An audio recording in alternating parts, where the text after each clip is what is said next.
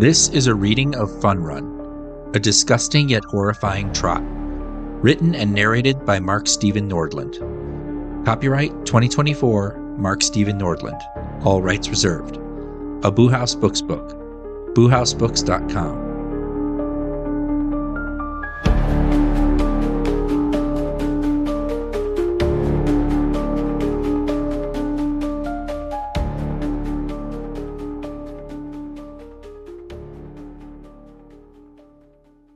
Lucy's feet pounded the belt of the treadmill as she ran in her athletic socks. Her worn black running shoes were placed neatly beside the machine while she took calculated breaths. 3 steps to inhale and 3 steps to exhale, just as she had taught herself. Her blonde ponytail spun like a propeller behind her head as the equipment whirred. Her gray and white sweats matched the drabness of her colorless shoes. A heavy-set man holding a tablet analyzed her running pattern, step angle, and arch impact. "Okay, you can step off now," he instructed kindly. Lucy punched the red stop button on the control pad before the belt slowed to a halt. She stepped onto the cold tile. The man tapped his device a few times and opened a gridded chart of shoe types, styles, and sizes. "Looks like you're a C11, he said. "C11? Lucy asked. Her breaths were relaxed. The short 20-second jog had absolutely no effect on her current stamina. "Yep," he replied. "You have high arches and your toes point outward when you meet the ground. That puts a lot of strain on your femoral joints when you impact. I'm guessing you've had a lot of femoral pain since you started running?" he asked. "Femoral?" she questioned. Lucy couldn't help but notice the man's beer gut hanging just past the hem of his white collared shirt. She rolled her eyes with disgust. "Hips," he clarified. "Have you had hip pain?" Lucy firmly pressed her fist against her right hip and nodded. "I have," she said. "Ever since I started." He turned his attention back to the tablet. "Well, a C11 shoe will greatly help with that, among other things. It'll feel like you're running on a cloud," he assured. Lucy raised her eyebrows with relief and took her tired shoes from the floor. "Sounds heavenly," she said, not too enthusiastically. She felt a sharp pain in her calf as she leaned to retrieve her trainers. Lucy stood, bent her knee, and massaged the ache with her thumb. "How often do you run?" the man asked. "Once a week? A few times a week?" "Every day," she said proudly. "Every night after work." "Every day?" he asked concerningly. Her tail bounced with a nod. "That's right." His eyes wandered. Typically you want to run every other day. Every time you exercise, you damage muscle. You need to give your body time to heal and build more muscle to progress, he explained. Lucy's tone became sharp. "Yeah, well, I didn't lose 46 pounds in 1 year doing the bare minimum. When I set a goal, I go for it. No breaks." He argued. "I'm just saying it because any professional trainer is going to advise you to—" Lucy cut him off. "And I'm just saying that if you were a professional trainer, maybe I'd listen to your advisement. But until then, keep selling shoes and stop giving me advice," she snapped. He nodded his head, dropping the issue. "Okay," he said. He turned and pointed towards the corner of the store. "The C11s are going to be on that wall, blue tags. Anything marked with a blue tag is a C11. She eyed the 3 columns and 6 rows of blue-labeled trainers. Every shoe on display emitted at least one blinding hue of neon orange, yellow, or pink. They almost glowed from across the sales floor. Lucy winced with dissatisfaction. "Do you have anything a little less obnoxious?" she asked. "Those are the styles," he happily replied. "People love the colors. The brighter the better. Our new sports car line of running shoes license Pantone colors from Bugatti, Lamborghini, and Aston Martin. It's like a luxury car for your feet. Nice for showing off," he smiled. Lucy ground her teeth in protest. "I'm more of a winter colors kind of girl," she growled. He ignored her gripe. "Take your time. When you cash out, tell him Gary helped you out. I'd really appreciate it," he requested. The salesman stepped away and headed towards the front. With a sigh, Lucy approached the wall of blazing colors. She stood in her ankle socks, examining the damaged rubber of her current pair. They wouldn't last another mile, and the thought of running on a cloud was intriguing. She decided that yellow was the best choice when compared to Hellfire Orange or 1980s prom dress pink. Lucy took a yellow and dark blue shoe labeled Ocean Sunrise from the rack and was legitimately surprised when she felt its weight in her hand. It felt light like foam, and the construction, stitching, and design was flawless. Her brow raised with fascination. Although her optimism quickly vanished when she read the price tag. She whispered harshly through her teeth. Holy crap, Lamborghini is right. These things cost a fortune. She yanked her gaze away from the wall to see the fat salesman assisting another customer near the far end of the store. Groaning with defeat, Lucy took one last look at her exhausted black trainers and dropped them into a nearby trash bin. Ocean sunrise it is, she sighed to herself. Lucy returned the display shoe and grabbed a box from below marked with her size. Dragging her socked feet to the checkout counter, she tossed the shoebox before the energetic clerk. Did you find everything you were looking for today? The woman asked wildly. Her immense smile took up most of the real estate of her face, and the brightness of her expression matched the tint of the shoes. The clerk was short, portly, and displayed signs of middle age. I sure did! Lucy matched her enthusiasm sarcastically out of resentment. She unzipped the athletic pouch at her waist and retrieved a brand new credit card, tapping it on the counter. The oblivious cashier nodded. Wonderful! She opened the shoebox. The trainers were unlaced and the tissue-wrap fitters were still wedged into the shoes. Her smile faded slightly. Oh, did you try this pair on before you decided on them? We do fittings as well, just to be certain the size is correct, she explained. Lucy blushed with irritation. I know my shoe size, she bit. Of course you do, the woman agreed politely. But we strongly advise that you try the pair on to be sure. Slapping her credit card flat on the laminated surface, Lucy leaned forward and hissed like a serpent. I'm a 26-year-old blonde living in L.A. Nobody knows more about shoes than me. These are my size. The cashier's smile drifted into a concerned frown. By store policy, we can't actually sell an unfitted pair of... Lucy interrupted explosively, pointing the corner of her card directly at the clerk's face. If I want information regarding fitness and fitness-related products, I'm going to speak to someone with personal experience in that arena. Not you and not your crew of sales jerks, she spat. She leaned in even closer, her soft tone twisted into cruelty. And I refuse to learn anything about running shoes from someone who looks like the only marathon they've ever run is to the refrigerator and back. Sell me the shoes. Lucy's glare drilled into the woman as she rang up the pair. The cashier handed over the receipt and the shoebox bagged in plastic. Lucy snatched the bag from the clerk's hand and stuffed the card with the receipt into her pouch. You and your team can take your advisements and shove them up your overfed asses, she whispered firmly. The cashier just stared, hurt and speechless. A cold wave of immediate regret washed over Lucy. She awkwardly stood before the woman she had just torn apart. Lucy hated her impulses. Her first thought when the cashier argued with her was to attack and attack fast, hit her where it hurts. She had read somewhere that your first thought and reaction was the correct thought and reaction. If that was true, Lucy truly was a terrible human being. In the face of a confrontation, her first thoughts were often selfish, judgmental, and mean. The reaction that followed was a similar ugliness. She hated that about herself. Her attitude towards others had always been sour. But it was only until just recently that the sourness became monstrous, just like she had displayed today. She frantically attempted to think of one kind thing she could say before departing, even if it was dishonest. Lucy's demeanor reversed as she pointed cordially towards the back of the shoe store. Oh, and Gary was the associate who helped me out today, she said kindly. Her smile lied and only advanced the awkwardness. The cashier's eyes flashed with an unabashed confusion as she nodded with compliance. Water from the wet pavement soaked into Lucy's socks moments after leaving the store. She threw her head back and growled audibly. It would have probably been a good idea to slip the shoes on before leaving, but after the fuss she had made about the fitting, placing them on and lacing them up in front of the staff would have looked ridiculous. More ridiculous than walking out into the rain-drenched street in polyester socks? She didn't bother to compare. Lucy carried her purchase to the nearest bench and sat on the sopping wood. More wet clothing. She pulled the box out of the bag and unwrapped the brand new pair of overpriced trainers. The yellow sole reflected every lumen of the daylight and almost burned her eyes. The deep royal blue, however, looked gorgeous in natural light.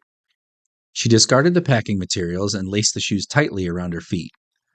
Wiggling her toes, she noticed there was a little bit of extra room between the tip of her foot and the outsole. Admitting to herself that she should have listened to the clerk's advice made her sick, so she refrained from doing so. Lucy stood and lifted her feet off the sidewalk individually. Her feet felt ventilated and almost weightless. Her arches felt better supported, and the cooling relief made its way from her ankles to her hips. Lucy smiled and hopped on her toes. It did indeed feel as though she was walking on a cloud. The Ocean Sunrise trainers took her down Baker Street, through Calgary Park, and onward to her condo in Gables Village. Alternative rock pumped into her ears as her ponytail spun and her steps bounced. The air was cool after the rain from that morning. Icy droplets from the breeze felt refreshing against her face, and the moist air lubricated her breathing pattern. 1 year prior, Lucy had been invited to be maid of honor at her best friend Audrey's wedding. She happily obliged. She and Audrey had been friends since middle school and rarely separated. At 17, Audrey was in a near-fatal car accident that left her with a broken leg and a shattered pelvis. 4 surgeries and a titanium hip replacement later, Audrey was confined to a bed for 14 weeks. During that time, Lucy had rarely left her side. The dress fitting for the wedding was held in Alla Bella's, a prestigious boutique in Beverly Crest on the northwest side of LA. Lucy was heavier then. In her opinion, grotesquely heavier. To embarrass her further, the boutique had to special order her a dress because of her size. Mortified, Lucy almost dropped out of the bridal party and avoided the wedding altogether. But after a kind pep talk by Audrey, Lucy was convinced to stick to her commitment. 2 weeks after the wedding, Audrey threw a party for the women who stood with her at the altar. She gifted each woman in the bridal party a framed picture of them together beside the 4-tier wedding cake. Lucy had almost vomited when she saw herself in the photo. 4 thin, athletic beauties and her, a hog in a special order barely fitting off the shoulder slit. Upon receiving the photos, one of the women made a snide comment regarding the fact that Lucy was the closest of the group to the cake. A second woman followed up the comment with, "How appropriate." The group laughed, all except for Lucy and Audrey. Lucy snapped, shouting at her best friend and cursing her for convincing her to stay on as maid of honor, resulting in the disgusting photograph and the embarrassment. She smashed her photo on the kitchen floor and stormed out of the house. The incident was never spoken of again, and that night had been the last time she had spoken to Audrey. The wedding, party, and the loss of Audrey led to Lucy's undereating, running regime, and her increasing temperament. The health change was a step in the right direction, as long as she didn't eventually take it too far.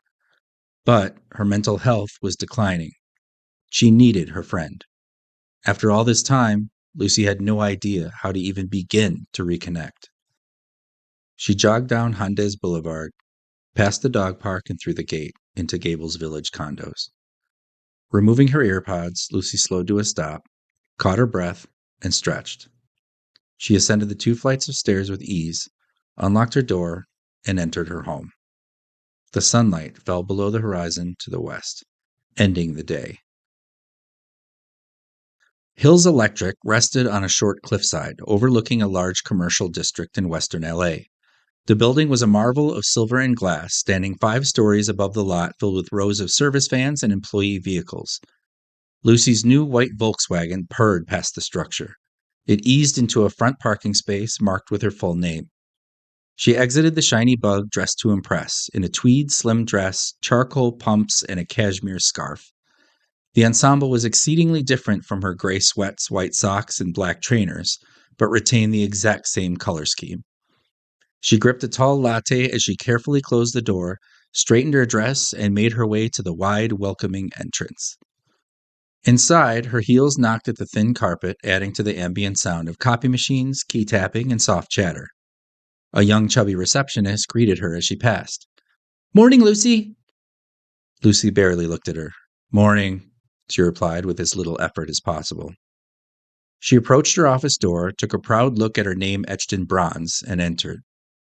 Lucy tossed her purse onto an extra chair, rounded her desk, and sat in the large leather seat, sighing with satisfaction. A small yellow post-it note on her monitor read, "Go for the goal," written in pen. Raising her latte to her lips, Lucy almost choked when a knock came at the door. Tammy cracked the door and leaned inside. She was tall, slender, and commanded the presence of a 14th-century dictator. She was in her early 60s and wore a striking ruby red skirt with a leopard print top. Although beautiful, Tammy's powerful aura and charismatic presence was frightening. 9 o'clock, conference room B, she announced.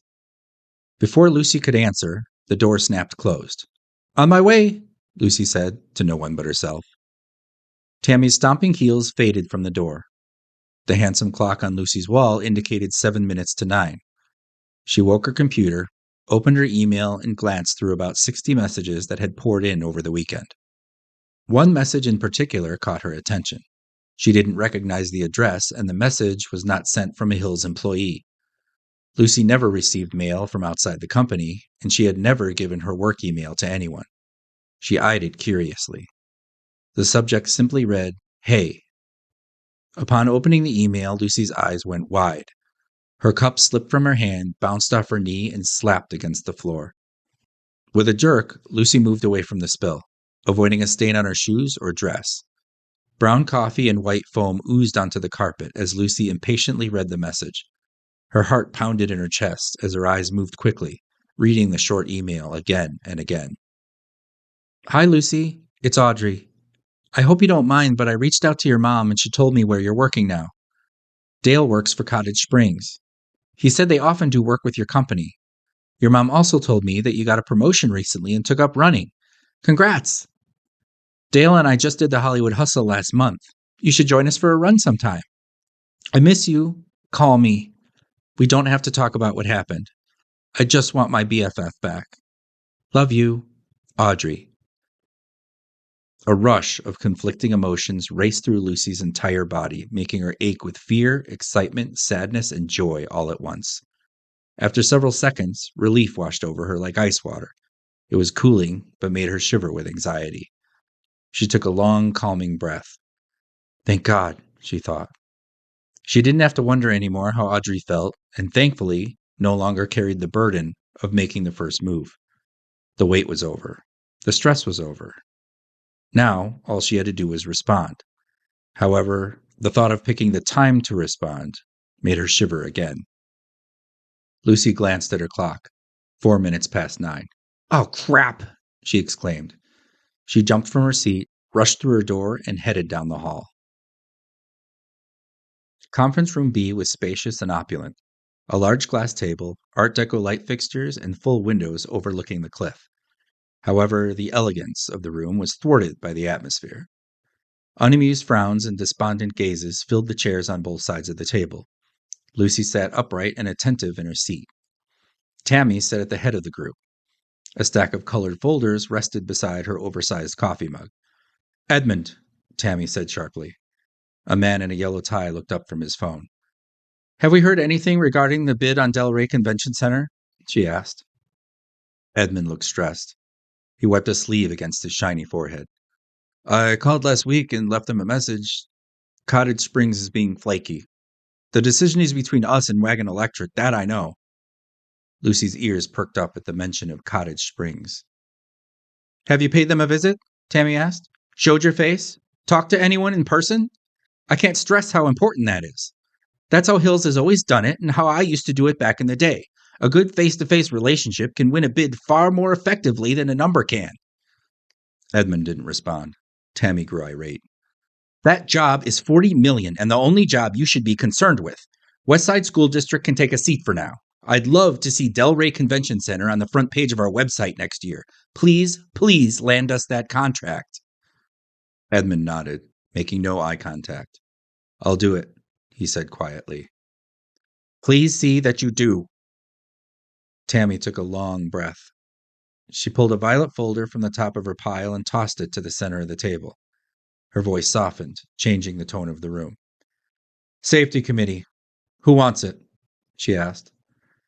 David retired last month and it's up for grabs. Several voices around the table groaned painfully. Tammy eyed a man in a tan suit and brown tie. Paul, I'm looking at you. You were an OSHA inspector in Seattle, were you not? She asked him. For 3 days as a fill-in, Paul moaned. Officially, I was an administrator. I was never an inspector on paper. You just volunteered, take it, Tammy ordered. Paul dropped his hand dramatically onto the reflective surface and fussed under his breath as he took the folder. Download my outline for managing safety committee correctly. I don't need you mucking it up with your own useless ideas, she ordered. A second green folder was tossed in. This file was thicker, brimming with contents. Permits, Tammy snapped. CAD department is overloaded with work. We need extra hands to drop off and pick up permits. Who wants it? The groans repeated. One man in a vest and button-up shirt clicked his tongue and claimed the folder. I've got sitters waiting at St. Joseph's Hospital to start. They won't mind gophering for a bit, at least until March, he said. Tammy nodded. Very good, Thomas. Thank you. Remember to only send your men for pickup and drop-off when I tell you to, not before and not after. Thomas looked irritated, but complied with a nod. Tammy took a blue folder into the pads of her fingers and rolled her eyes upon reading the label. She dropped it onto the glass and laid an open hand on the manila file. She sighed. I'm going to say 2 words that will make you all sick. If you favor vomiting, go right ahead. But, she shook her head heavily, Lamar insists on a stronger social structure in our branch, and who am I to argue? Paul threw back his head and dropped his hand to the table with a smack. Oh, God, no, he griped. Another man retched with disgust. You guessed it, Tammy murmured. Team building. Everyone but Lucy snorted, gagged, moaned, or made a jerking gesture in objection to the proposition. A woman in a lavender pantsuit laughed. God help whoever gets stuck with that one. Tammy slid the file to the center of the conference table. Everyone leaned backward, as if avoiding a terminal disease. I know nobody wants it, she said, but who's going to take it? She searched the rows of eyes. None looked in her direction. Team-building events aren't mandatory for all employees, but whomever takes charge of this had damn better be sure they get at least 20% of our branch to attend. Austin had an attendance of 15%, New York had 17%, and Chicago had 19%. Her eyes narrowed. We will have 20% or more. I will not be outmatched by that prick Donovan in Chicago a second time, Tammy spat. Everyone pretended to be distracted. Lucy's eyes fixated on the blue file. Gears in her mind turned. Who thinks they can do this? Tammy asked. Lucy remembered the words that had kept her going for the past year. The words she constantly repeated to herself and she had posted on her desktop. Go for the goal. She wouldn't climb to the top of the mountain by avoiding responsibilities, and she had to prove that she was worthy of the promotion she had just received. Without taking another second to think, Lucy stood, leaned over the table, and took the file. I'll take it on, she said boldly. The tension in the conference room released, and so did the breaths of everyone present. Paul clapped his hands together. I think Lucy'd be perfect for it. She's the same age as 70% of our staff. She's the demographic. She knows what's in. Good show, Luce, he praised with a sharp smile. Tammy glared in Paul's direction. You would have said that to anyone, Paul. You're just glad it didn't end up in your lap. He gave a quick, agreeable nod. You're absolutely right, he laughed. Still, I was right about her age. I would have arranged a golf outing, but only 5 men in our office would have gone. The head of the table had no reason to disagree. She turned her overbearing eyes to Lucy. This is important, Luce. We're not in competition with other branches on this, but as far as I'm concerned, we are absolutely in competition with other branches on this. Find something everyone will want to do on a Saturday or Sunday. I'm not pulling anyone away from a workday for this. Ideally, something for charity. That would look fantastic in corporate size. And mine. Chicago did a scavenger hunt in a park district, for heaven's sakes, she sneered. If you can somehow combine a team-building day with a fundraiser, you'll have my praise. But it's not a requirement. Make it happen. I will. Lucy's ponytail bounced. Her terrified lips lied with a grin. You can count on me, she said confidently, feeling no modicum of confidence at all. The meeting continued as Lucy dwelled on her sudden, self-inflicted commitment. Volunteering was easy. Having the creativity to generate an idea, following it through, and making it happen was a completely different challenge altogether.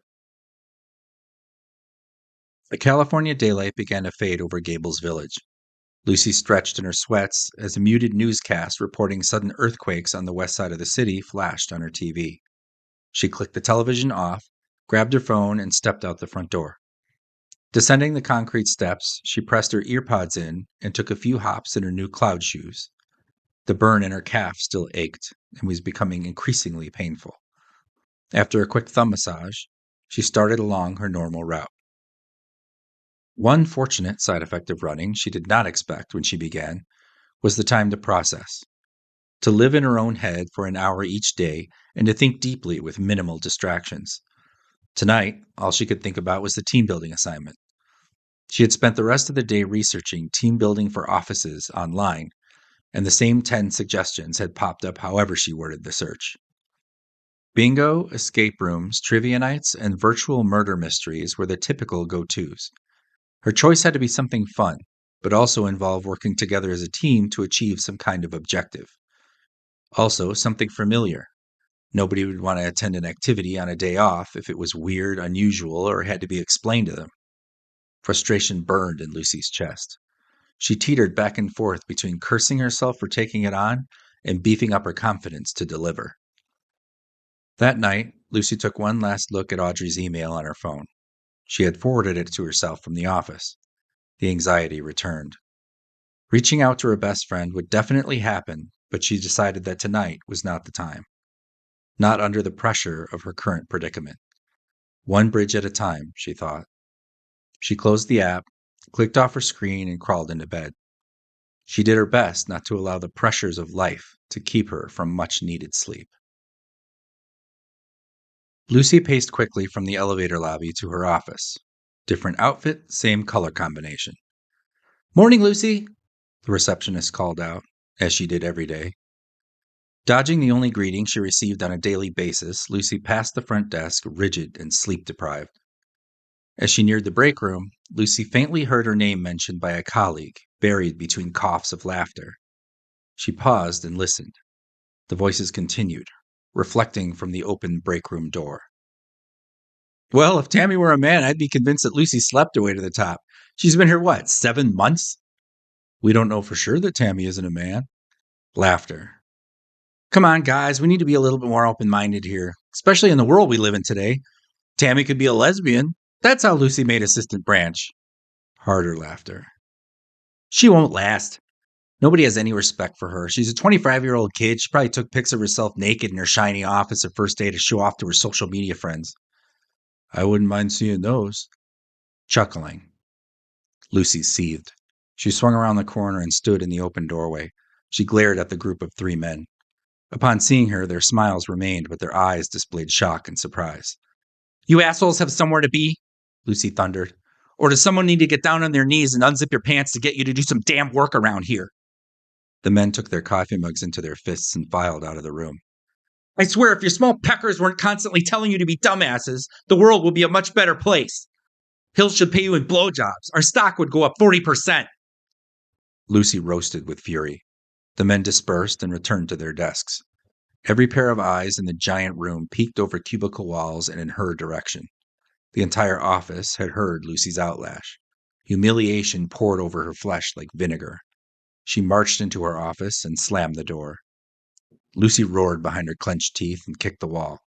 Once again, her first thought and reaction had betrayed her. She could have handled the situation differently. Far differently. Instead, she responded to sexual harassment with more sexual harassment and showed no guidance or leadership whatsoever.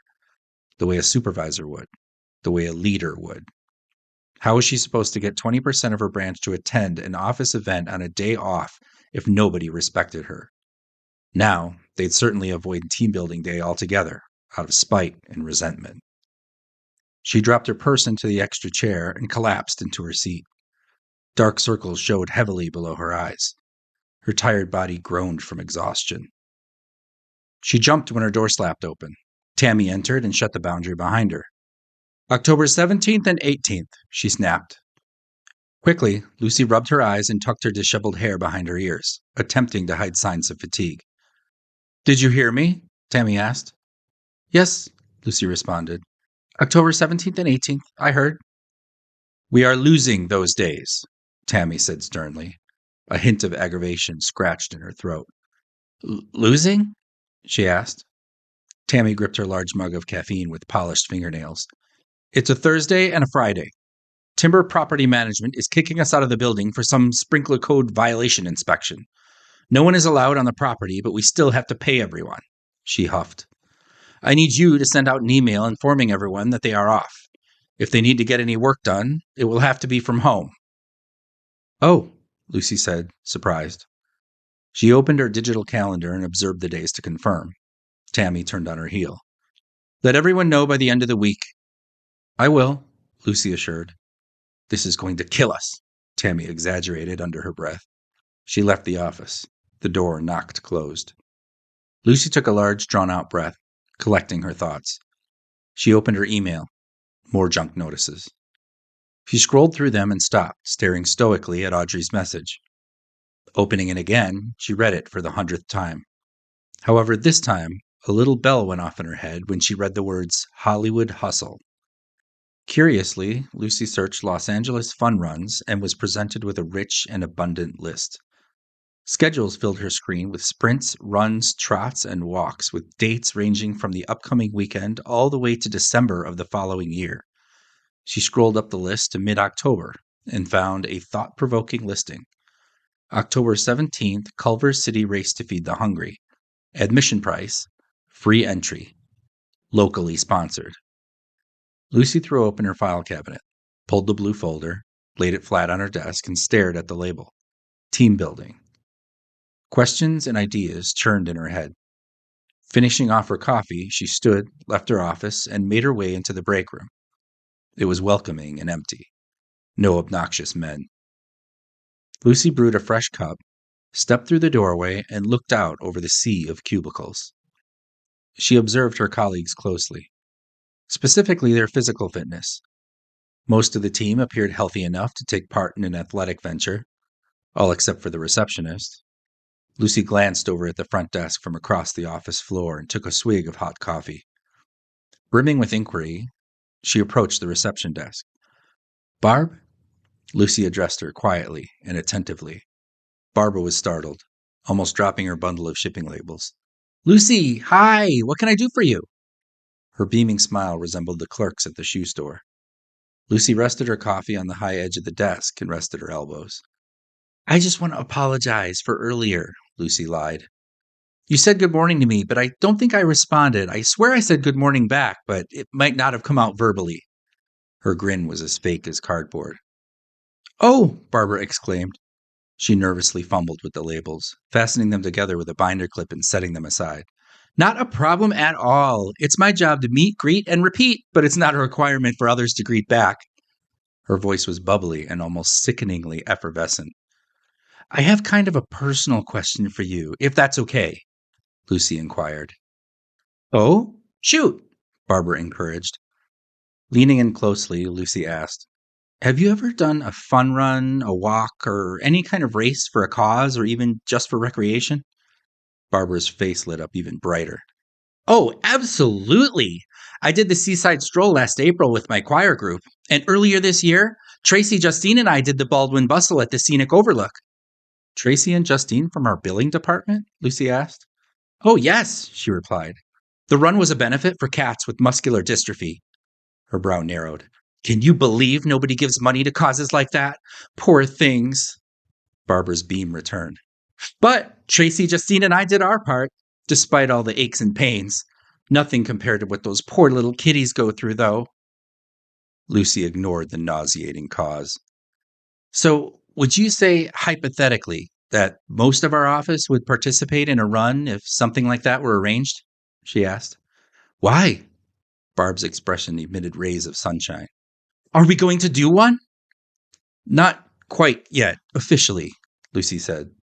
I'm just gathering information for the possibility. Barbara nodded excitedly. But you are sure that most of the office would be capable of a run? A short one?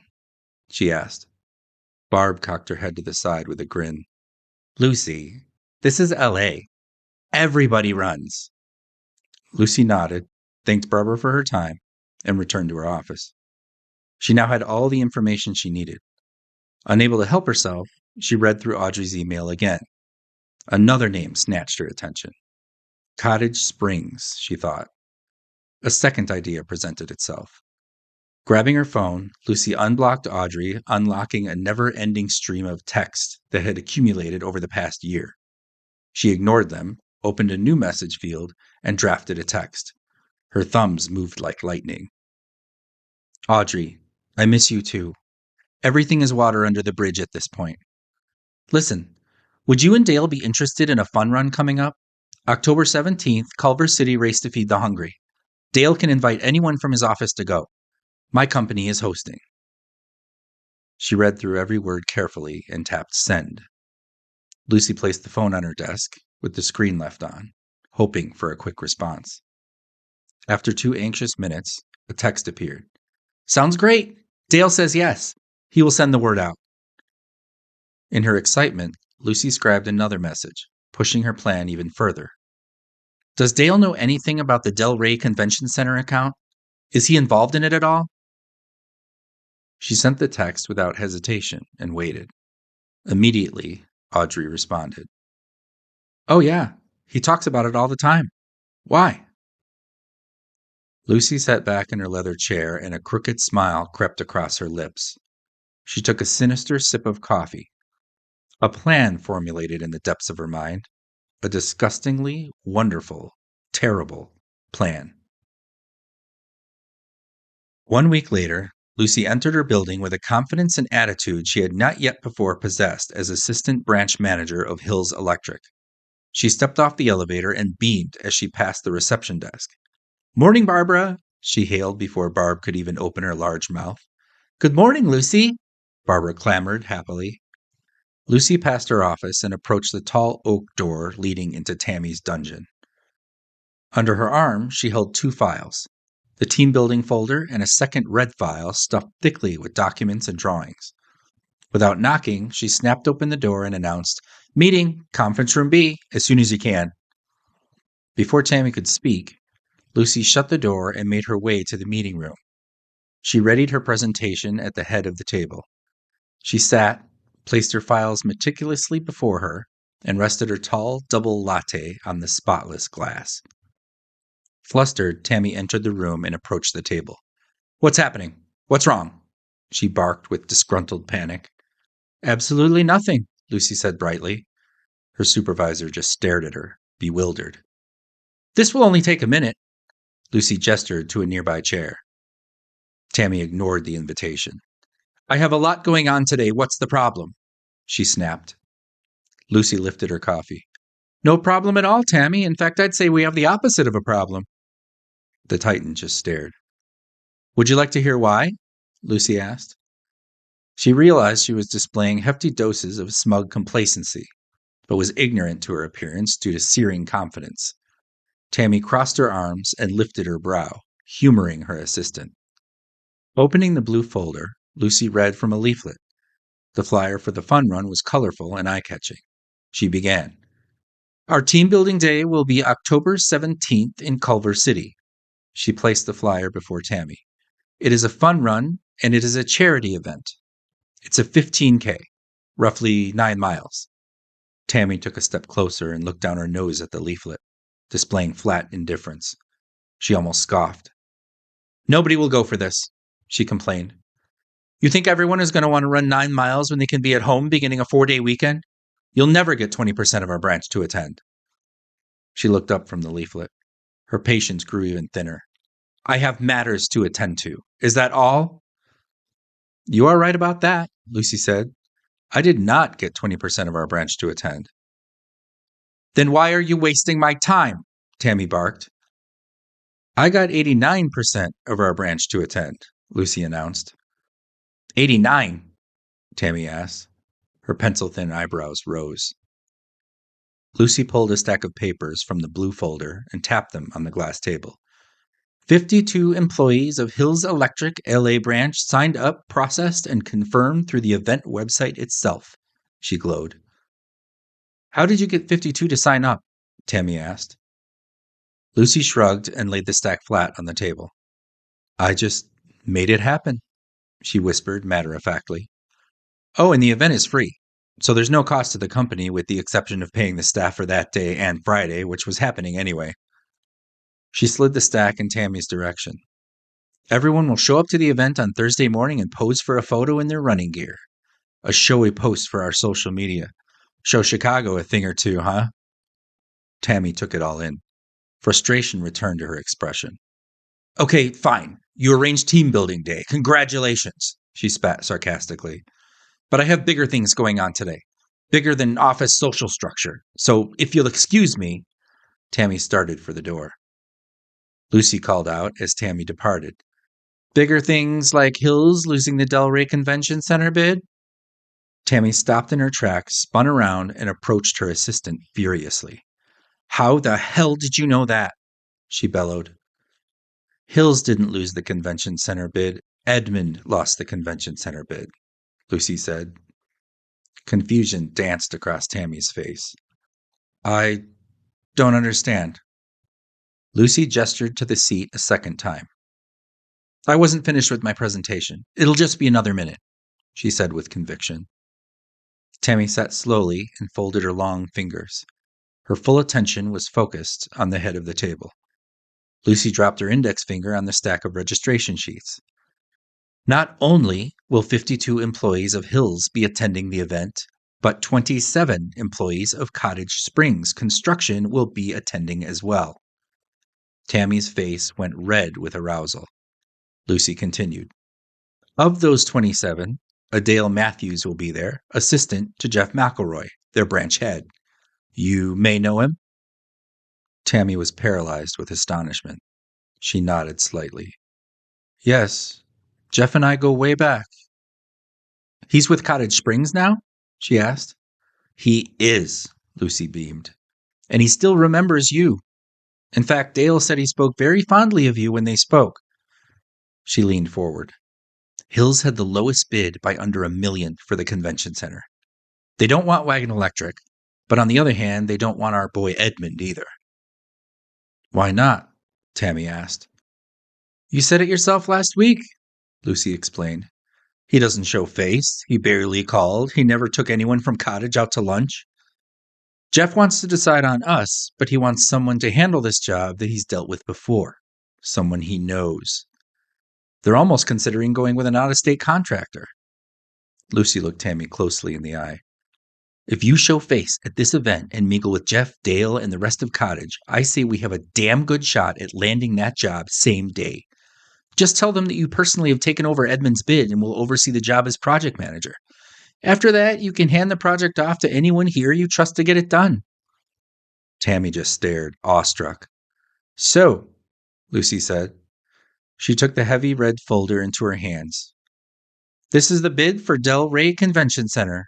The job is likely ours if the right person is interested. Lucy slapped it onto the table in front of Tammy and smiled. Who wants it? Lucy floated back to her office across the carpeted floor like a goddess, with her coffee in hand and the blue folder under her arm. She had not only hit a hole-in-one with the team-building assignment, she had potentially landed the biggest job Hills Electric had ever placed a bid on. Sending that response to Audrey had been the best move she had ever made, socially and professionally. Audrey's husband, Dale, awarded Lucy contacts with Cottage Springs nobody in her company could have ever dreamed of. However, her current silver lining did come with a storm cloud. In her gut, she knew that she had used her friend for professional gain, and the process by which she convinced her 52 colleagues to sign up for the fun run was based on a horrid and barbarous lie. Days ago, instead of telling her branch they had the 2 days off as she was instructed to, she told them the company agreed to give them Friday off if they attended the event on Thursday. She also told them to sign up for the run themselves and to submit a confirmation that they had done so, or work from home both days as an alternative because of the inspection. The move made Lucy sick with regret if she thought about it too much, so she pushed it out of her head. She was sure nobody would find out about the lie, and Lucy's actions were done for the good of the company. It didn't matter if she had to pull some shady strings to get it done. She went for the goal and made it happen, just as she had promised to herself and to Tammy. End of day neared. Lucy began wrapping up, placing files away, and going through the last of her emails. She looked forward to her afternoon run. The worried and stress-filled thoughts that bustled through her mind while out on her trail all week would today be replaced by assurance and accomplishment. She smiled as she locked her file cabinet and closed the digital windows of her desktop. As she did, she noticed a flashy news report pop up on the blog of her search engine. The image showed police setting up blockades in a rural district of the city. The caption read, "Mini earthquakes continue on southwest side." Unexpectedly, Lucy's door opened. This time, it opened slowly. Tammy sauntered into the room with the race leaflet in her fingers and her arms crossed. Lucy tore her attention away from the earthquake report and focused on her supervisor. "Yes?" she responded attentively. Tammy did not speak. She waltzed slowly over to the chair across from Lucy, dusted off her skirt, and took a seat. She crossed her legs and subjectively examined the details of Lucy's face.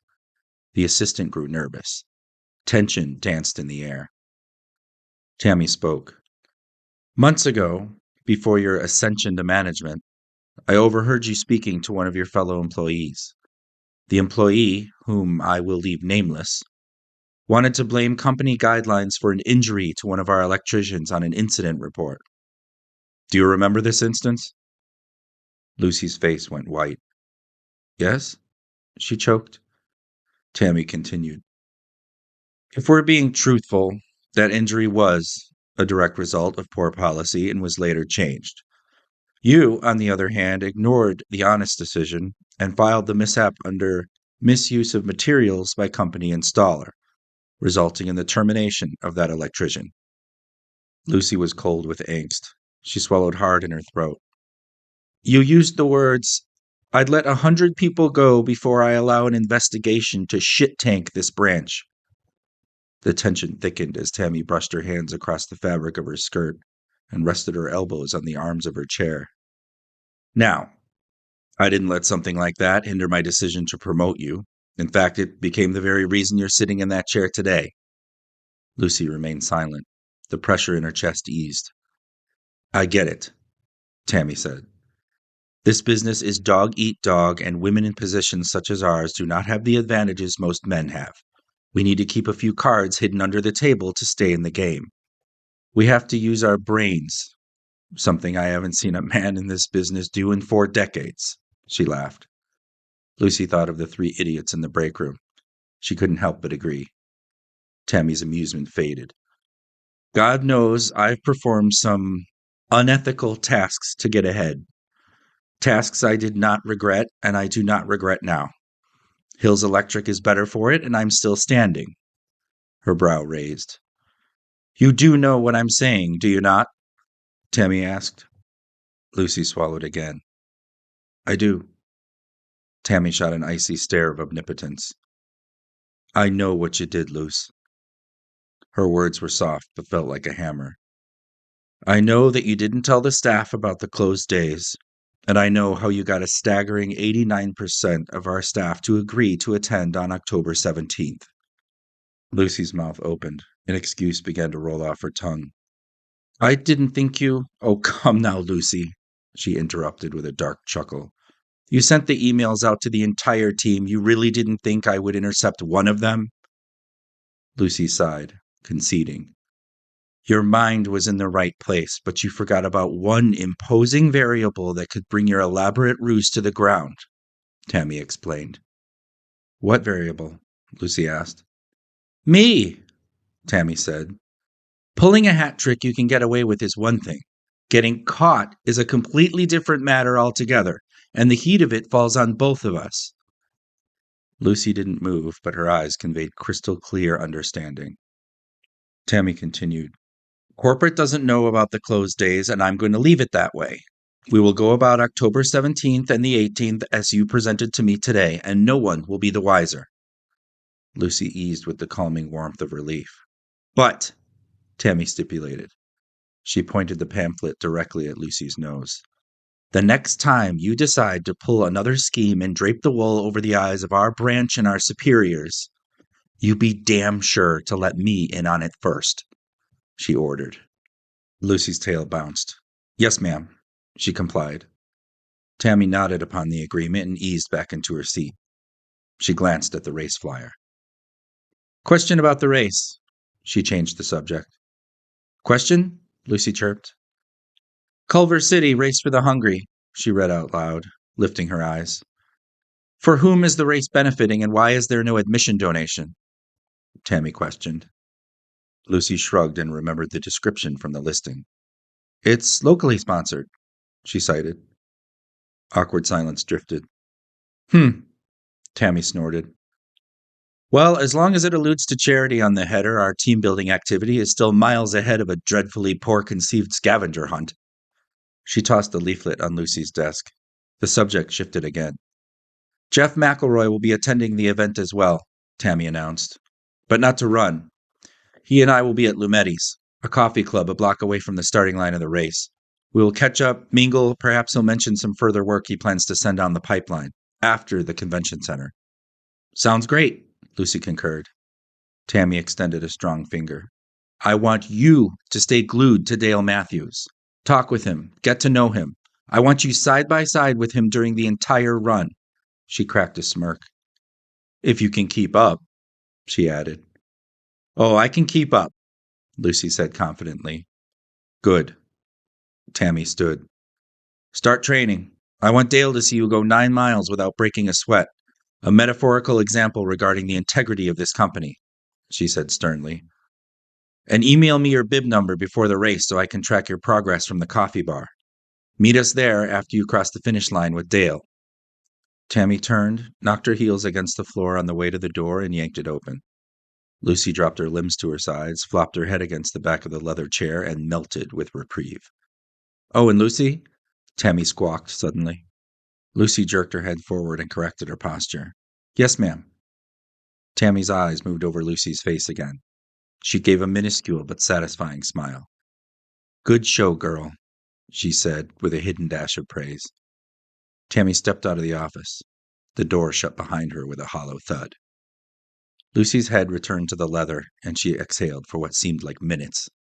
The stress oozed from her body, and a tingling excitement swelled from the back of her mind. The lie was out, at least to her supervisor. To Lucy, her supervisor's opinion was the only one that mattered.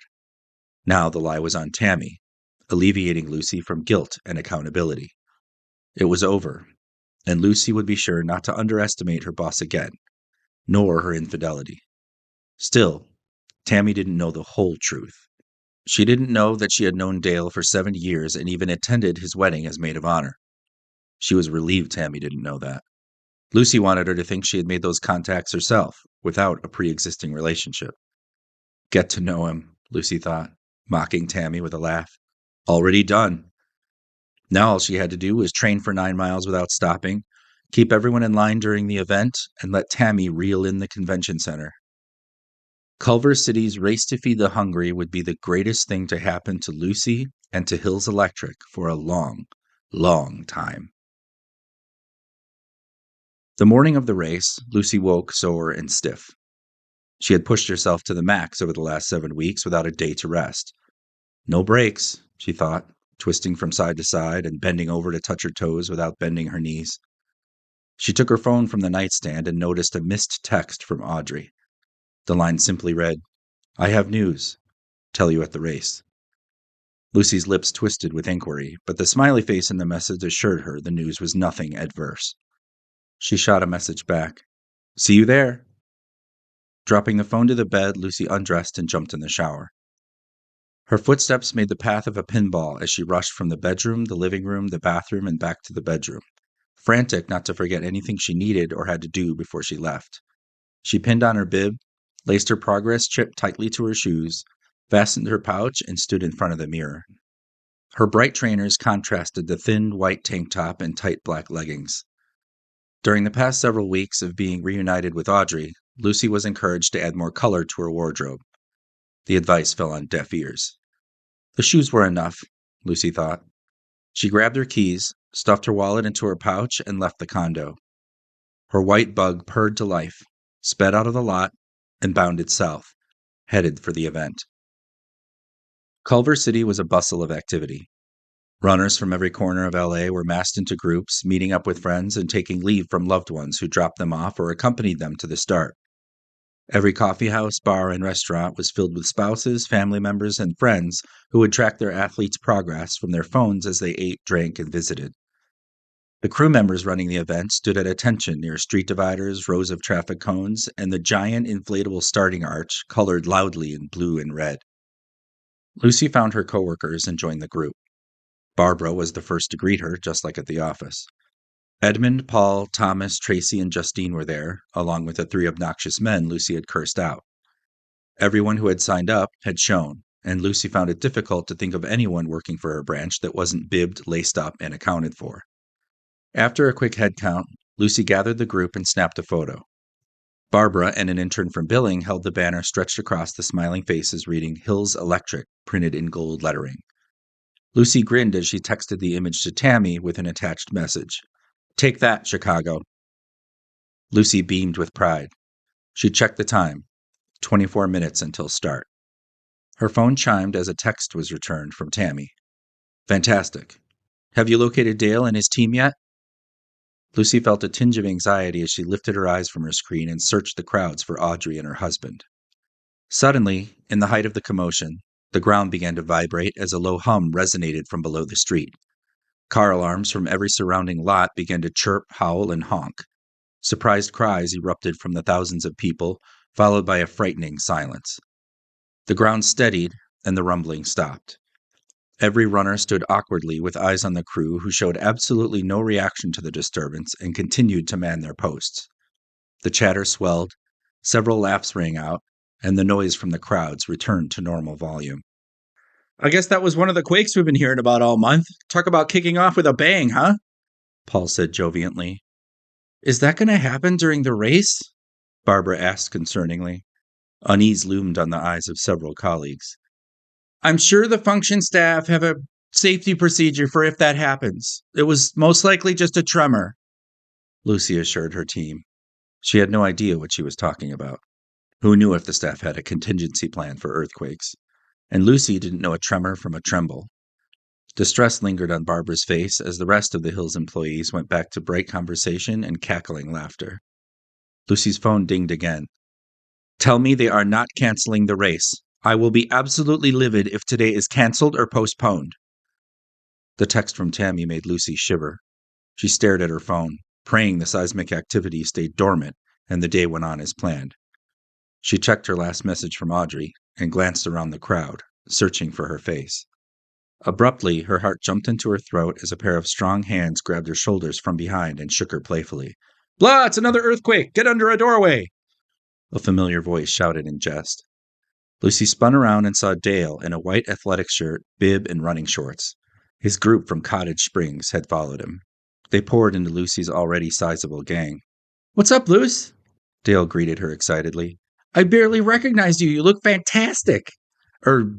He choked. Dale suddenly remembered he was in front of the Hills staff and glanced around for Tammy. He quickly changed his tone from genial to formal, offering his hand. "I mean, it's a pleasure to meet you, Lucy. It's wonderful to finally speak to you in person." Lucy shook his hand, smiling from ear to ear.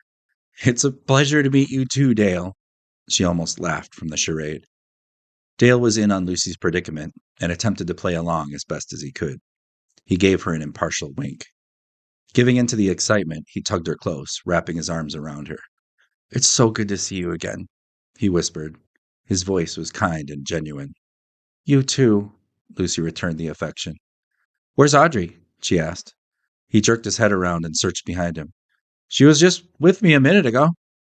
From an unexpected direction, Audrey came running towards them in a floral crew-neck blouse, yellow yoga pants, and hot pink wedges that clacked against the pavement. A striped tote bag hung from her shoulder. Hardly the attire for running a race. "I'm so sorry! I ran into a woman I know from my gym," she exclaimed. Audrey threw her arms out and opened her mouth wide with elation upon seeing Lucy. "There she is! Oh, you look so thin!" she screamed excitedly. The reunited pair hugged long and hard, tilting the embrace from side to side. "I missed you so much," Audrey growled. Dale gave Lucy a pat on the back and moved into the group of Hill's employees, introducing himself and shaking hands. "I missed you too," Lucy said to her best friend. She sighed. "I'm so sorry." Audrey released a hug and gave Lucy a stern but affable eye. "No, no, I'm sorry, and we'll leave it at that, okay?" Lucy nodded and the pair hugged again. Audrey brought her lips to Lucy's ear and whispered softly, "I'm pregnant." They both leaned backward and shared a look of frenzied thrill. Audrey glowed wildly and hopped up and down, her wedges slapping the street. "We knew 8 weeks ago, but I just couldn't wait until the 12th mester to tell you," she exclaimed. Dale returned and stood beside his wife, grinning with the pride of a future father. "That's wonderful!" Lucy feigned jubilation. She was happy for Audrey, but when applied personally, the idea of having a baby was career and social suicide. In addition, Lucy hated kids. She had always felt awkward around them. She continued her act. "I'm so happy for you. I guess that explains the outfit." She gestured to Audrey's getup. Acrimony fell on Audrey's expression. "I wanted to run the race today." She slapped the back of her hand against her husband's chest. "This one said that it would be too much strain on the baby," she shouted bitterly. Dale placed an easing hand on Audrey's shoulder and addressed Lucy. "We decided not to take any chances. There'll be plenty of time for running after the birth," he said calmly. "Like hell," his wife barked. "I'll be home with the baby all day while you work." "You can run with the baby. We'll get you one of those jogging strollers with the monster truck wheels," he half joked. Audrey contended. "I've been a fitness junkie my whole life. You can't expect me to just sit around and bloat for 9 months." They continued to lightly argue. Lucy's ringtone sounded furiously. The name Tammy flashed across the screen of her phone. "Oh, shit," she coughed. Lucy answered, covering her opposite ear to block out additional noise. "Tammy, sorry, she started. "When I text you, you answer, right then and then. Do you understand?" Tammy's voice scratched through the speaker like rusty nails. "Yes, ma'am," Lucy replied. "Now, is the race still on, and have you met up with Dale?" she asked. "Everything is taken care of. As far as I know, the race is still a go, and Dale and his team are here," Lucy assured. "Good. Remember, Lumetti's after the race. You and Dale. Got it?" Tammy asked. "Got it." Lucy heard the call ended toll and dropped her phone to her side, exhaling through pursed lips and puffed cheeks. Audrey remarked on the minimal event signage and lack of local business logos. "So this is strange, huh?" "What's strange?" Lucy asked. "No entry fee, no cause. I thought this was a race to feed the needy. What's the charity?" Audrey wondered loudly. Lucy repeated. "It's locally sponsored." "By who?" Audrey chuckled with sincerity. "Usually sponsors print their names all over these damn things." Now that the issue was dragged so vigorously out into the open, Lucy began to wonder the same thing. They both stared up at the one large banner that simply read, "Culver City Race to Feed the Hungry," with no tagline, benefit, organization, or sponsorship. The discovery was baffling and inescapably daunting. From the starting line, the sound of an ear-piercing horn reverberated through the crowded streets. Dale clapped his hands together and turned to the group. "That's our cue to move to the start, everyone. Let's go," he howled. His wife gave him a warm hug. "Have fun," she said to him. "I'll be at Shaker's, at the bar." She pointed to a nearby tavern. "No wine," he ordered, raising his brow. Audrey ignored him. "And don't get competitive," she added. "Remember, you have to stay with Lucy the whole run," she implored. Another stipulation they graciously stuck to for Lucy's sake. Dale smiled, nodded, and kissed his wife. "Audrey, you're okay with Dale and I doing this without you?" Lucy inquired. "It's not too awkward, just the two of us?" She was surprised to find herself expressing actual empathy, but she also knew Audrey wouldn't raise an objection. "Nah," Audrey gave a dismissive wave. "Dale's cheated on me lots of times," she said. Dale's face hardened with vexation, glaring at his wife. Shocked and disturbed, Lucy's eyes shifted between the couple. "Seriously?" she asked honestly. "No," Audrey laughed. She glared at Dale. "I'd kill him." Raising her hand, she pressed a firm finger against his chin. "Slowly," she growled. Lucy and Audrey hugged, and the crowd of 79 contractors herded through the streets to the starting post. Lucy and Dale stood side by side, packed together among thousands of sprinters, runners, trotters, and walkers as the timer counted down from 60 seconds. Competitors were lined up, 20 bodies thick from the post stretching back to full 5 city blocks. Dale turned to Lucy and flashed a judgmental eye. "Did you train for this? If you didn't, it's too late now," he bantered. Lucy scoffed. "Did I train for this?" She returned the trash talk. "We'll just see if you can keep up. I'll slow down for you when you straggle behind after the second mile." "Oh, I can keep up," he cracked. They both laughed. The horn erupted, and the runners poured from under the nylon arch and down the blocked-off street. A sea of colorful polyester, white bibs, and beating shoes flowed down the gray pavement as cheers rang out from onlookers and supporters from the sidelines.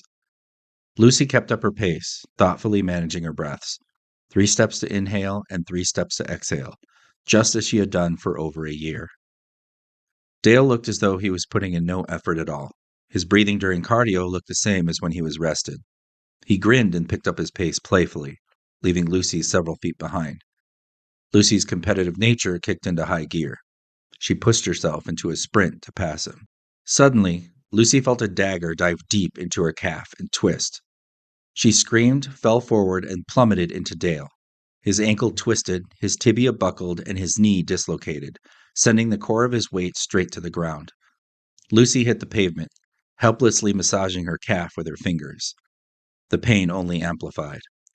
Dale turned into a seated position and straightened his leg, popping his knee back into place with a yelp of agony followed by a soothing breath of relief. Racers attempted to dodge the injured couple as some of them tripped and staggered over them. The pair dragged themselves off the street, over the curb and onto the sidewalk as the thick flow of runners continued their normal traffic pattern. "Are you okay?" Dale asked with alarm. "Shit!" Lucy shouted, pressing the corner of her fist into her muscle, attempting to rub the pain away. "Shit, shit, shit!"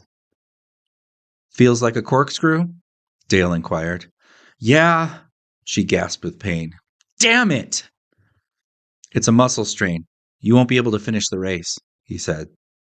Lucy exploded. "I have to! My boss is tracking me with the stupid app!" She dropped her face into her hands, crushed by discouragement.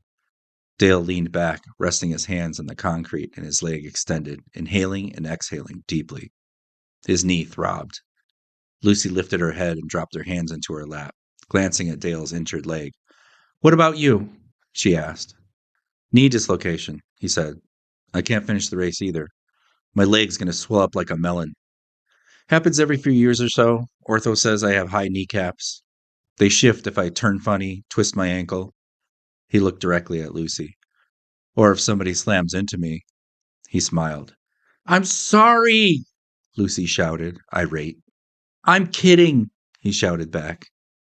"Well, I'm kidding about the blaming you for intentionally ruining the race part, but in all seriousness, this was definitely your fault."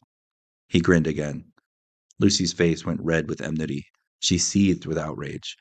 "You have no idea what's riding on this race for me today, Dale. My supervisor's going to have my ass if I don't." Dale lifted a settling hand, stopping her. "Whoa, whoa, whoa, whoa. I'm not your enemy, Luce. The situation is, and that cannot be controlled. And you're supposed to be getting on my good side today, remember? Stay with Dale, feel him out, get to know him," he reminded her. Lucy growled through her teeth, forced into reasonability. "I already know you," she said stubbornly. He nodded dramatically. "That you do." Her face twisted. "How is it that you can be so laid back about this? You hold the same title as mine. Isn't your boss up your butt about today, too?" she asked. Dale spoke coolly. "I'm so laid back because I know that when tonight comes, you and I are going to walk away from today in fantastic shape. Not physically, of course." He referred to their injuries. Lucy wondered if that was a clue regarding the convention center bid. She felt a hint of excitement. Dale spoke again. "And no, my boss is never up my butt," he answered. "I wouldn't work for him if he was." Lucy's mental train shifted tracks. "Isn't Jeff tracking you too?" He scoffed. "No, he's my supervisor, not a dictator." Lucy's forehead wrinkled. What happens when he finds out you fell out of the run? You act like I should be afraid of him, Luce, Dale said. I run my branch as assistant head, and Jeff trusts me to do so, let alone a company outing. He noticed the look of internal struggle on her face. Don't you? Lucy found herself opening up. Aren't you worried about screwing up, making a mistake, making a decision he wouldn't make? She asked painfully honestly. Her strife with Tammy was now bare naked in front of him. Making mistakes is part of growth, he said. And my boss didn't promote a clone of himself. He promoted me. I run my office with Jeff's guidance. If he doesn't like the way I do things, he'll replace me. And if he promoted the wrong person, that's on him, Dale explained. A manager's job is to train, teach, and guide. Their branch should function so well that it continues to succeed and earn a profit in their inevitable disappearance. Tammy's going to retire one day, and it's likely that you will be her predecessor. Lucy's mind processed. She had never once thought about becoming head of her own branch. The idea drew her to panic. She spoke quietly and earnestly. If Tammy disappeared, the whole LA branch of Hills Electric would come crashing down. Then she has done you all a terrible disservice, Dale said. Lucy just stared between her legs into the surface of the sidewalk, pondering. He gave her a few long seconds to process what he had just told her before pointing towards a street corner 2 blocks away. You think you can limp all the way to Shakers? He asked. Audrey is probably on her second glass if I'm going to kill her with my bare hands by now. Yeah, Lucy groaned. She leaned forward and steadied herself on one leg, standing. Dale did the same. They braced against one another, and the 2 runners hobbled on 2 injured legs down the crowded sidewalk into the tavern. They hopped through the entrance. Audrey noticed them from the bar. Oh my God! She exclaimed. She ran over and helped them to 2 empty stools, giving up her stool in the process. What happened? She asked as they sat. Oh, Dale answered. Lucy pushed me down trying to cross the finish line first, and I blew my kneecap out. Audrey slapped him in the shoulder in light of his tasteless joke. Quickly, Dale noticed a wide margarita glass filled with dark red liquid and a thin straw. It rested beside Lucy and the stool Audrey had been sitting in. He pointed at it. The pitch of his voice heightened. What's that? It's pomegranate juice, Audrey answered flatly. Oh yeah? He interrogated. You sure there's no rum in that? She took the glass and teased him with it, keeping it away from slow, playful, minimal effort swipes with his grabbing hand. His suspicion grew into irritation. Seriously, Audrey, is that alcohol?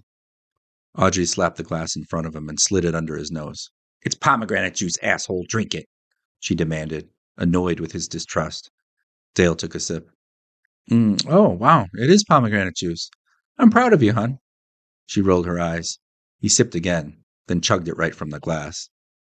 She asked Lucy, So are you both okay? Lucy moaned. I pulled a muscle and knocked him over 30 seconds into the race. Isn't your boss tracking your chip? Audrey questioned with concern. Yeah, but I'll deal with that when the time comes, she answered. Audrey kicked off her wedges and slid them against the foot of the bar. Give me your shoes, she ordered, motioning to Lucy's feet. What do you mean? Lucy asked, confused.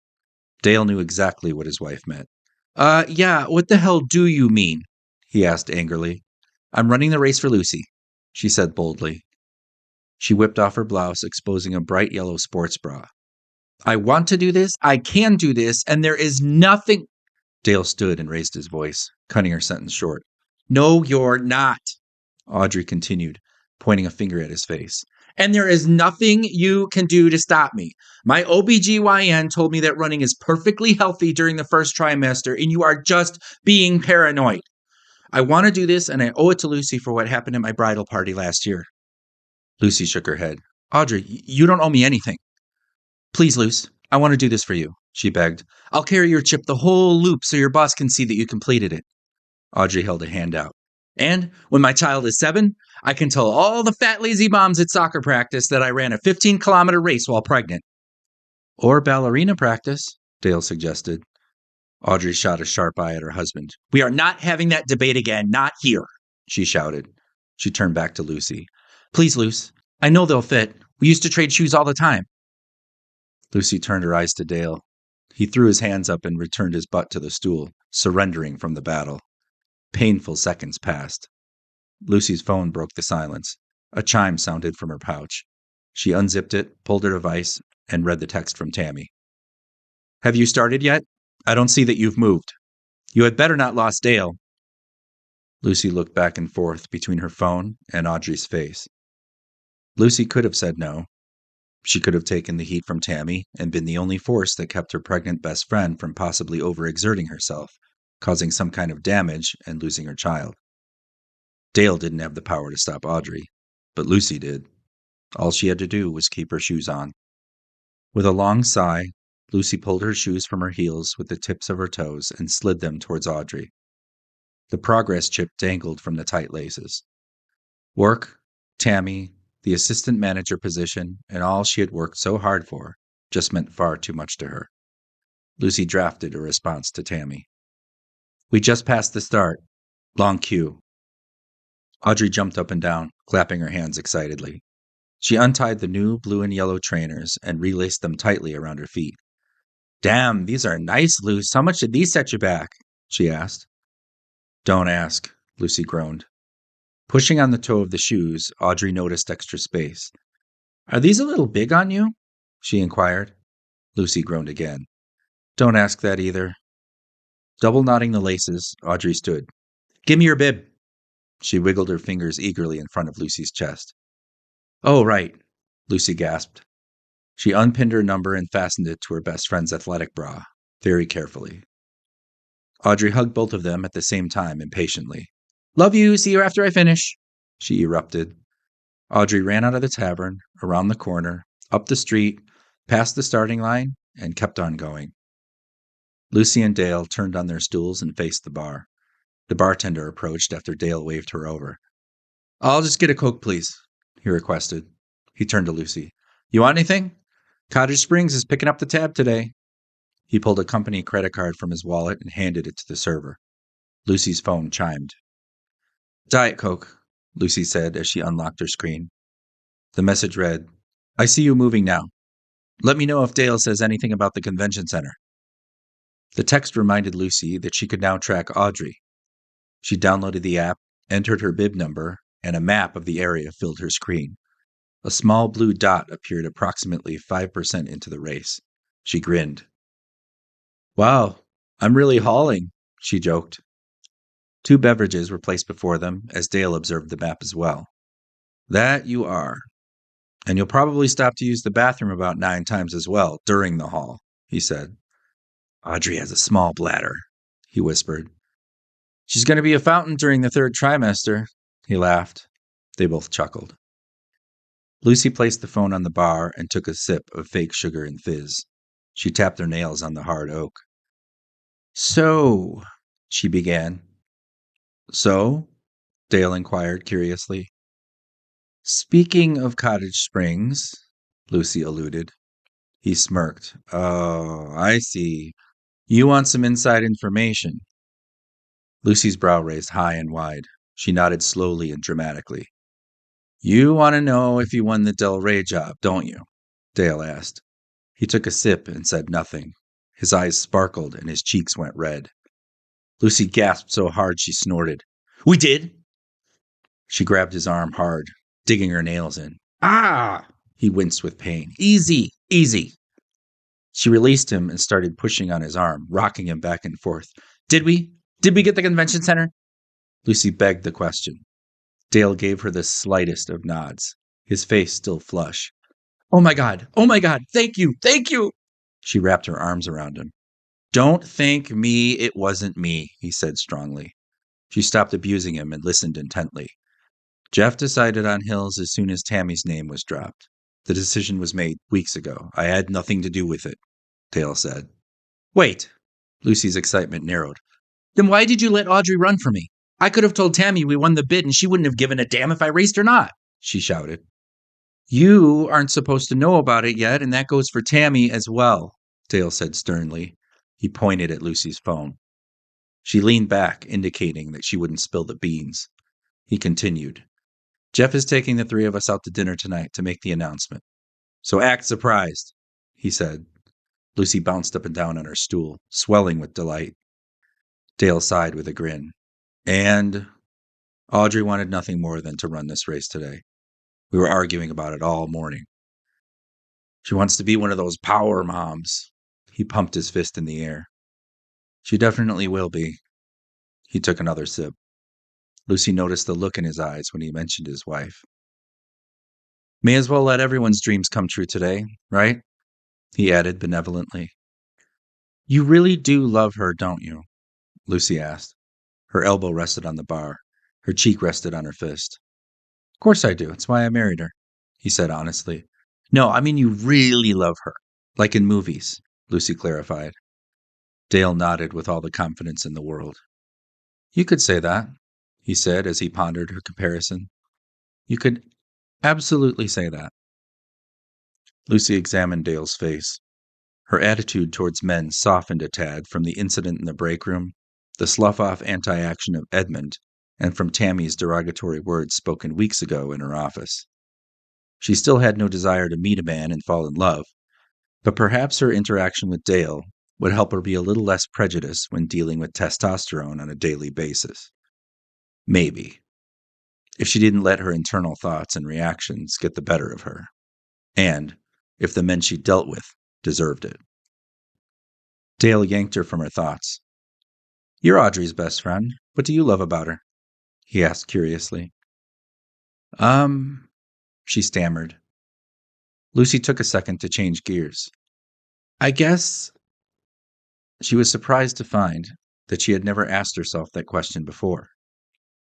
She sifted through memories and emotions. Easily and quickly, she realized the exact reason she loved her best friend. And it had only taken her 15 years to do it. I followed Audrey everywhere when we were kids, she began. I saw how she interacted with others, how she helped people, and how she always assumed the best in people until they proved otherwise. Even then, she was always there for them. She never judged or turned her back on anyone. Lucy couldn't believe she was saying the following phrase out loud. I love Audrey because she is the person I always wanted to be, she said. Lucy's face reddened. She felt a choke of emotion in her throat. And all this time we've been friends, I've never once told her that. Dale bobbed his head up and down, understanding completely. You should tell her, he suggested. She turned her head and looked him in the eye. I will. Her ponytail bounced. Murmurs and yells from outside swelled as the last of the racers crossed the starting line. Event crew members were rushing quickly past the windows. Dale noticed, his brow furrowed. The hell is going on now? He mumbled. Lucy turned her head and watched the commotion from her stool. A black van pulled up and parked beside the tavern, blocking one large picture window. Nearby voices grew louder, shouting directions and commanding instructions like sergeants and administrating orders. Dale rose and curiously approached the window. Lucy followed closely behind him. She stood in her socks. She wouldn't be caught dead in Audrey's pink wedges. Teams outside were gathering cones, collapsing canopies, and loading barricades into the parked nearby van at a hurried pace. Identical vehicles pulled up along every curb. Their doors opened wide and their cabins filled quickly with event materials. The starting arch was deflated, rolled up, and stuffed heedlessly into the side of an ebony sprinter van. Crew members climbed into the cargo hold with the deflated arch and slid the door closed. Dale leaned his elbow against the frame of the window and watched in dismay. Do they think there's going to be another earthquake? He speculated out loud. I'm guessing this isn't typical of an organized race? Lucy asked. No, he replied, still baffled. It's not. They watched each crew load up the rest of the vans, pile in, slam the doors, and speed off, leaving the entire intersection as unrestricted and clear as it had been the day before. Normal foot traffic resumed, and vehicles were now free to use the streets. The only evidence left behind that there had been an event at all was the banner left carelessly strewn upon the sidewalk. You know, Dale began, I hadn't wondered this until just now. He turned his nose to Lucy. An expression of unease and troubled confusion lingered in his eyes. Where the hell is the finish line? Lucy lifted her phone and observed Audrey's dot approaching the 3rd-mile mark. She scribed a text, asking her if she was okay. Dale watched her thumbs tap the screen. They hovered over the device, waiting for a reply. The phone chimed. Her words appeared. Barely breaking a sweat. Tell Asshole to have a bottle of Pinot ready for me when I finish. Sounds like everything's going normally on her end, Dale said after reading the text. He turned his head back to the window. Why in God's name did they clean up so fast? Lucy shrugged. Maybe these things are getting more efficient, she guessed. LA has the highest vehicle traffic rate in the country. Have you seen how quickly they clean up after a parade downtown? He teetered his head from side to side. Well, that's true, he agreed. In the middle of Dale's reply, another rumble struck their feet.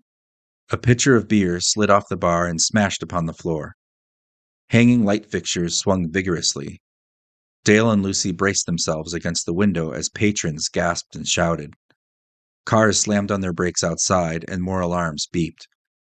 After 5 intense seconds of hysteria, the motion settled and the ground steadied.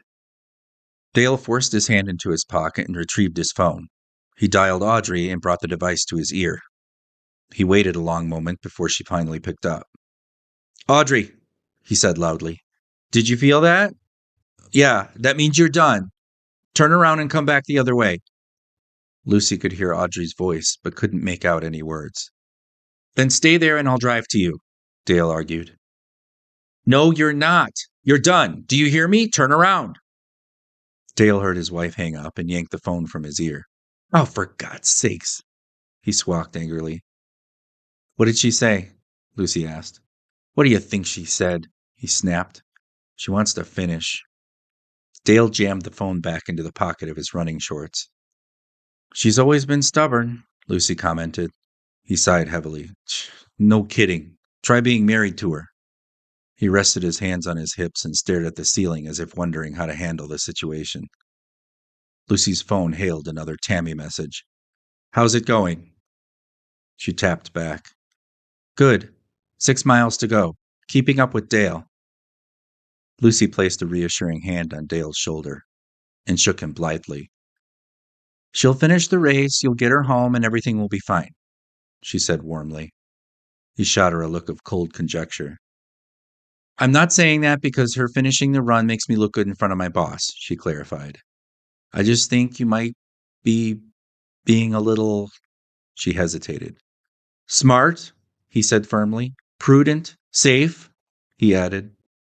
Overbearing, Lucy stated. Think about the advice you gave me earlier, she said calmly. Your boss promoted you based on your integrity, just like you married Audrey because of hers. You can't expect her to make all the same decisions you would. Dale fussed. I said I married her because I loved her. I could write an entire book about her integrity. He alluded to his wife's faults. Lucy tugged his arm in the direction of the bar and reclaimed her stool. He reluctantly sat beside her. The bartender was mopping up the mess as glasses were replaced and new drinks were distributed. Placing her phone back onto the bar, the screen showed Lucy's dot closing in on the 4th mile. Dale eyed it. She'll be done in about a half hour, he said. Audrey runs 6-minute miles, average, when she's competing. Holy shit, Lucy exclaimed. I'm 8 or 9 minutes tops. Tell me about it. I run a 7.5. If we do a 10-mile loop, sometimes she'll lap me, Dale said. How long have you been hitting the pavement? He asked her. Lucy dithered awkwardly. Ever since I threw that fit in your kitchen, she admitted. He laughed. That was quite a spectacle. I told Audrey you'd hate that photo, but I didn't know you were going to react like that, he said. She almost choked on her Coke. You did? She asked with surprise. Well, you looked so uncomfortable that day, and I could see the relief on your face when the wedding was over, he explained. I told Audrey not to gift you that picture, but she wouldn't listen. Her excitement about the day made her naive to how uncomfortable you clearly seemed with yourself in that dress. Lucy's tone sharpened. And exactly why would I be uncomfortable with myself in that dress? She asked. Dale defended himself. I didn't say you were uncomfortable. I said you looked uncomfortable. It's called intuition. I figured the photo would just remind you of how much you hated that day, and I was trying to protect you. She eased. Well, I guess seeing the good in everyone can blind you from seeing the faults people are uncomfortable with in themselves, Lucy said. More of Audrey's integrity at work, Dale joked. His eyes smiled. I'm glad it happened. You're glad what happened? She asked. Your freak out, the fight, the separation, he admitted. Audrey needed a wake-up call and to choose her friendships more carefully. When you left the party, those 3 bitches had nothing but shitty things to say about you. Audrey kicked them out and hasn't spoken to them since. You're the only one she's rekindled a relationship with. Really? Lucy asked. Dale nodded. And look at you, he said brightly, gesturing to her. Clearly it did you some good, too. You took charge of yourself, took charge of your health, furthered your career. It shows that you finally accepted yourself. You're more confident, poised, certain. You've bettered yourself inside and out, and you're a better person for it, he congratulated. Lucy stared at her drink and drifted into thought. Within herself, she could only see the way she had treated everyone in the past year and prior. Cashiers, waitstaff, clerks, strangers, and her colleagues at work. She saw the looks on their faces when they had responded to her sarcasm, complaints, reprimands, and flat-out meanness. Acting on her first initial thoughts had made her impatient, bitter, and callous, and her attempts to show kindness had been too little too late. She had changed in the past year, but for the better, she wasn't sure. Lucy's phone beeped. Audrey's dot vanished and a window appeared displaying the status, location out of range. What does that mean? Dale said nervously. Other phones in the bar buzzed with similar notifications. I don't know, she said. Lucy pulled up her contact list and tapped on Audrey's name. The phone dialed. Rhythmic hums pulsed from the tiny speaker. Lucy, Audrey answered. Her voice was a digital mess of electrical interference. Audrey, where are you? Lucy asked. She put the call on speaker so Dale could listen in. I'm in an Ong tunnel. Her voice was cutting out. Tunnel? What tunnel? Lucy questioned. Dale became annoyed and irritable. Tunnel? No. These runs don't take you into any tunnels. He spoke loudly into the phone. Turn around and come back. Exit the tunnel. The speaker spat and clicked. Aunt, all closed. Aunt, find a way out. The audible portions of Audrey's voice were panicked and unsettling. Abruptly, the call ended. Shit, Dale cursed. He pulled his phone and dialed, only to get a busy signal with each attempt. Lucy's calls gave similar results. Dale ran out of the tavern and into the street, trying to find the most open area to get a strong signal. Lucy followed in her athletic socks. He called again. Busy signal. Where the hell is she? Dale shouted. He looked in the direction of where the racers had initially started. Other groups looked as though they were making the same attempt. Calls to loved ones that failed to connect. Dale and Lucy ran up to a couple who were also attempting to make a call. The woman held a large green sign at her side reading, Run like you're being paid to. Dale frantically asked the man, Are you able to contact anyone in the race? The man replied, No, his location dropped out and we've been calling with no answer. Do you know where this race finishes? Dale asked. The couple just shook their heads.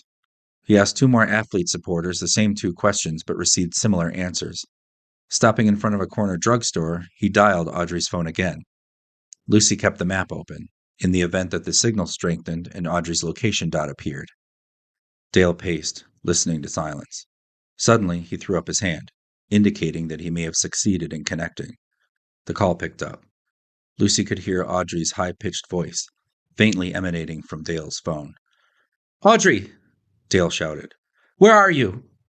The digital voice squealed madly over the line, repeating the same indistinguishable phrase over and over again. What?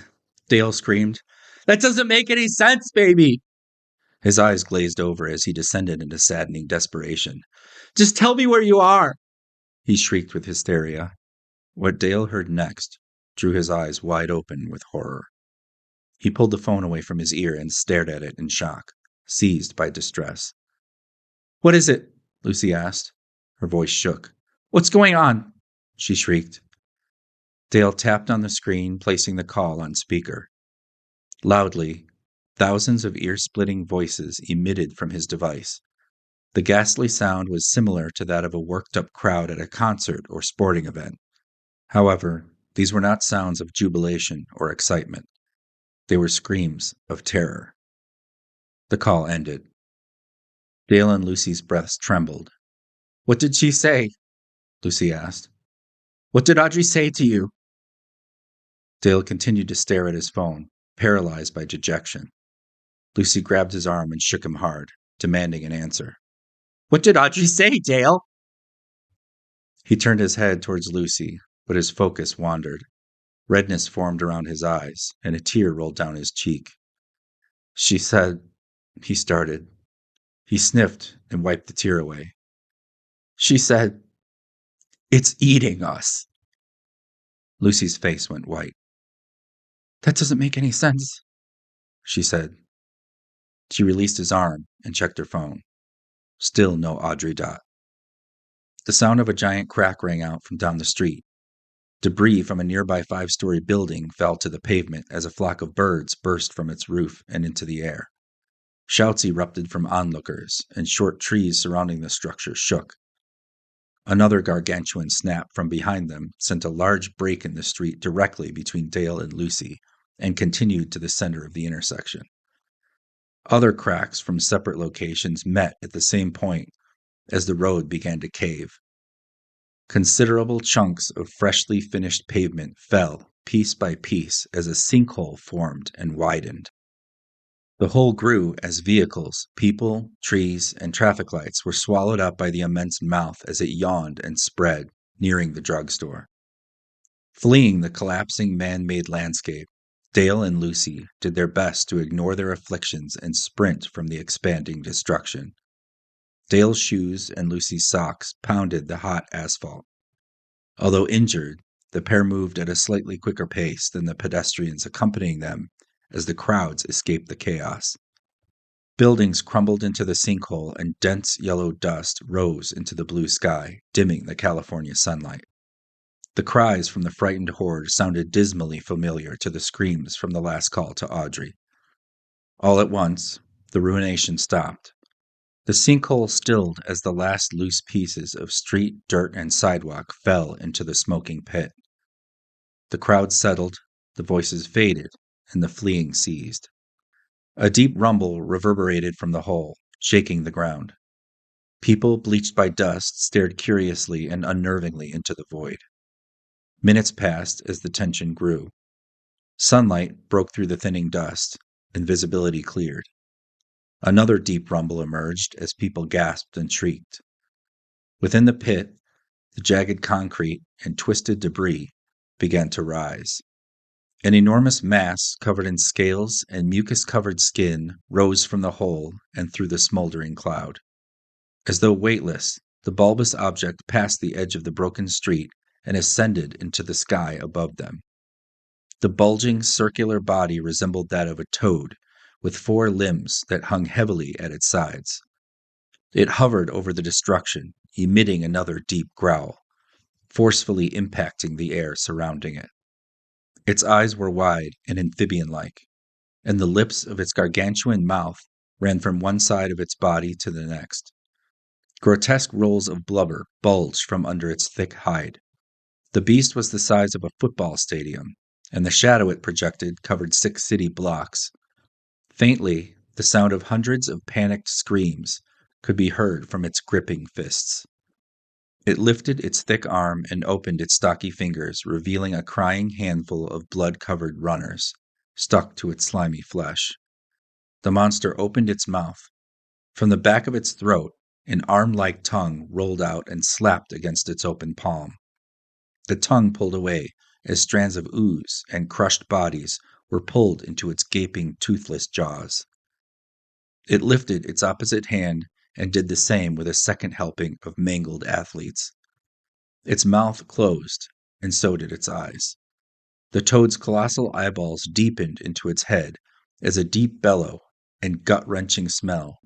The toad's colossal eyeballs deepened into its head as a deep bellow and a gut-wrenching smell waved across the onlooking crowds. From between its hanging legs, an explosion of steaming excrement erupted onto the city below. White foam and crimson mucus filled the sinkhole, crashed into buildings, and flowed down every street. Dale and Lucy ducked into the doorway of a nearby bank to dodge the wave of noxious waste.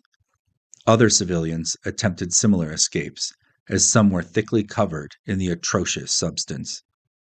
Lucy fearfully observed the street from the doorway as the excrement spread and thinned. Scattered across the drenched roadway, running shoes, clothing, and human bones laid eroded and burned, left by the wake. Terror rushed through her veins as she locked her eyes on a smoking human rib cage draped in polyester and pinned with a racing bib. Lucy shook with revulsion. The beast had eaten and digested every participant in the race and purged their remains in one massive bowel movement, painting Culver City in a mammoth blanket of feces and blood. All of a sudden, Lucy's phone chimed. Unlocking her screen, Lucy opened the map. Audrey's dot appeared around a corner and 2 blocks down from Lucy's location. It did not move. She turned to Dale. He sat in the concrete corner, his knees to his chest and his eyes wide with insanity. He trembled and racked himself, maddened by what he and everyone else had just witnessed. Dale was lost. Lucy stepped onto the wet street in her socks. The liquid soaked into the fabric, but the substance did not burn her feet. She leaned out of the doorway and looked above the sinkhole. The colossal amphibian still hovered, final remnants of waste dripping from its haunches. Phone in hand and her calf aching painfully, Lucy ran across the road, around the corner, and 2 blocks down. She slowed as she limped across the fallen banner and blood-soaked words, Culver City raced to feed the hungry, and neared Audrey's location. Searching the mass of skulls, bones, and running accessories, she noticed the bright yellow sole of one of her Ocean Sunrise trainers. Approaching the site, her heart deflated with irredeemable loss. The shoe laid on its side, the progress chip tied tightly in its laces. A steaming tibia protruded from the trainer's collar, attached to a long femur. At the joint of the femur was Audrey's titanium hip replacement. The reflective metal joint gleamed pretentiously in the sunlight. Another impactful rumble emitted from the beast. Lucy looked to the sky. The monster opened its eyes, pulled its limbs closely to its body, and rose. It ascended into the California sky, sped towards the wispy clouds, and vanished into the upper atmosphere. Silence fell over the city, the horrid musk of filth still lingering in the air. Lucy stood over Audrey's remains, her socks soaked in muck and ruby-red blood splashed across her clothing. Finally, some color was added to her array. Lucy knew once and for all, and at that very moment, that she was, in fact, a terrible human being. Her first thought, when everything was over, wasn't for the thousands of lives lost, for Audrey, for her widowed husband, or for their unborn baby. Her very first thought, when the massacre stopped, the destruction ended, and the beast disappeared, was simply, "Is this going to get me a demotion?"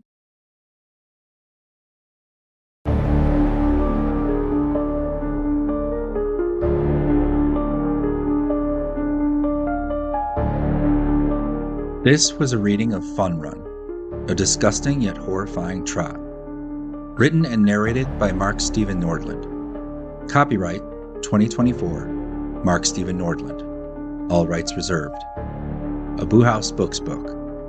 BoohouseBooks.com.